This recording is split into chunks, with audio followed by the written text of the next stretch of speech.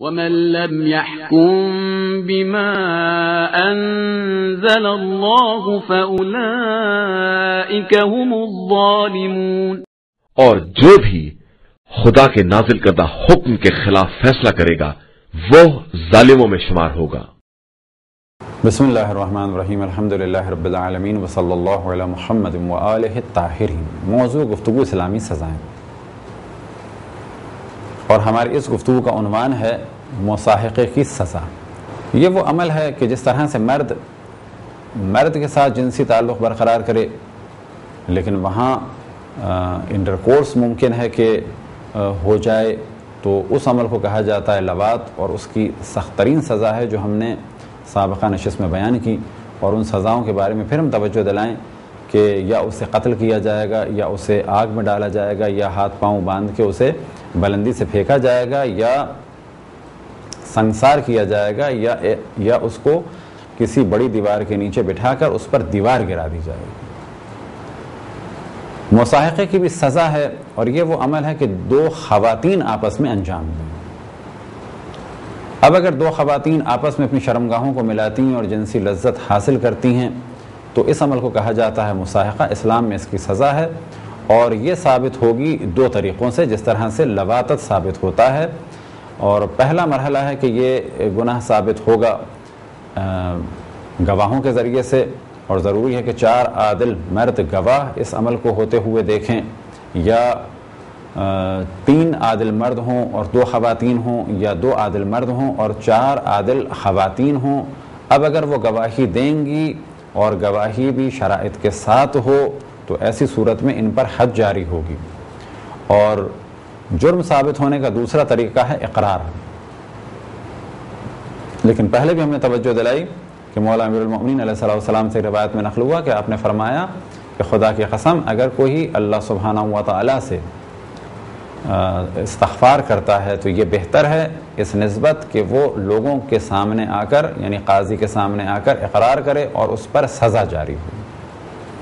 بس اگر کوئی کسی بھی گناہ میں کبھی مبتلا رہا، کسی قسم کا بھی گناہ، چاہے وہ چوری ہو، چاہے وہ ڈاکہ ہو، چاہے اس قسم کے کام ہو، سب سے بہتر عمل ہے کہ وہ استغفار کرے۔ البتہ بعض گناہ ایسے ہیں کہ اس میں جرمانہ ہے، اور بعض گناہ ایسے ہیں کہ ان چیزوں کو واپس کرنا ہوگا کہ جو ان کے پاس ہیں۔ مثال کے طور پہ اگر کوئی چور توبہ کرتا ہے تو اس کی توبہ یہ ہے کہ جو مال اس نے چوری کیا ہے وہ لوگوں کو واپس دے۔ اگر کوئی قاتل توبہ کرتا ہے تو وہ توبہ اس صورت میں قبول ہوگی کہ جن افراد کو قتل کیا ہے انہیں دیت دے یا معافی مانگے۔ لیکن اس قسم کے جنسی کاموں کے لیے کہا جا سکتا ہے کہ توبہ کافی ہے، ان کی نہ قضا ہے اور نہ ہی کوئی جرمانہ ہے۔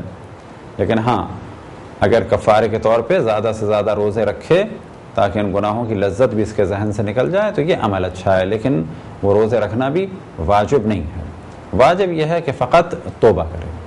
بس اگر کوئی خاتون اس کام کو انجام دیتی ہیں اور 4 گواہوں کے ذریعے سے ثابت ہو جائے یا خود ان کے اقرار سے ثابت ہو جائے، البتہ یہ اقرار بھی 4 دفعہ ہو الگ الگ نشستوں میں۔ اقرار کرنے والے کی شرائط بھی ہم پہلے بیان کر چکے ہیں کہ بالغ ہو، عاقل ہو، بغیر جبر کے اور ہوش و حواس میں اقرار کرے، اور اقرار کی نیت رکھتا ہو اور صریح اقرار کرے،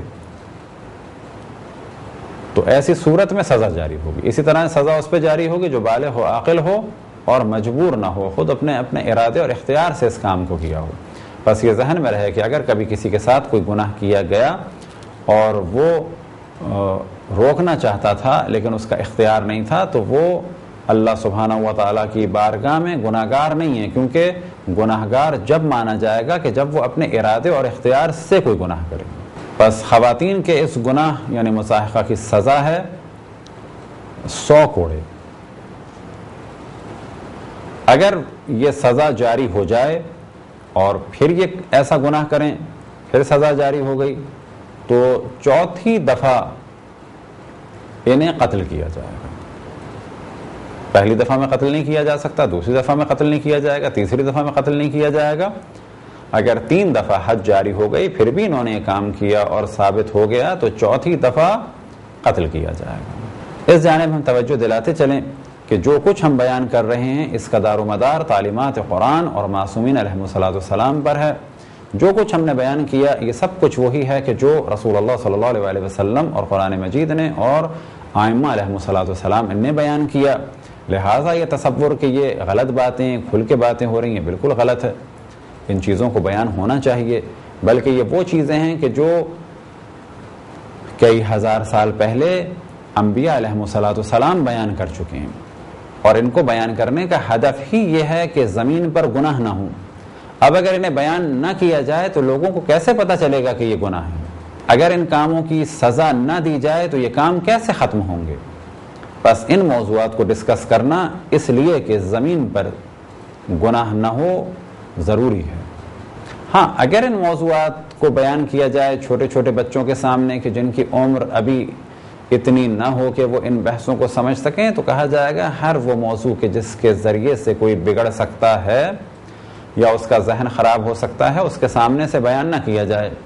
لیکن آج دنیا میں اتفاق سے ہم جنسی، چاہے وہ مردوں کے درمیان ہو چاہے وہ عورتوں کے درمیان ہو، اتنی تیزی سے پھیل رہی ہے، جب انبیاء ان موضوعات کو کئی ہزار سال پہلے بیان کر چکے ہیں اور قرآن مجید اور معصومین علیہم السلام ان موضوعات کو بیان کر چکے ہیں. تو یاد رکھیں کہ آج بھی ان موضوعات کو بیان کرنا علماء کے لیے واجب ہے، لازم ہے. جو موضوعات قرآن مجید میں اور روایتوں کی کتابوں میں ہے وہ ہیں اسی لیے کہ ان کو پبلک تک پہنچایا جائے.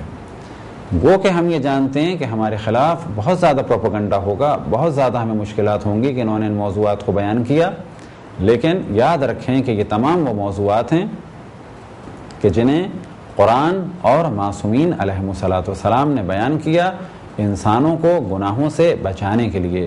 خداوند تبارک و تعالیٰ سے دعا ہے کہ بحق محمد وآل محمد ہمیں اپنی رسول اپنی حجتوں خصوصاً امام زمان علیہ السلام کی معرفت اور اطاعت کی توفیق عطا فرمائے. وصلی اللہ علی محمد وآلہ الطاہرین.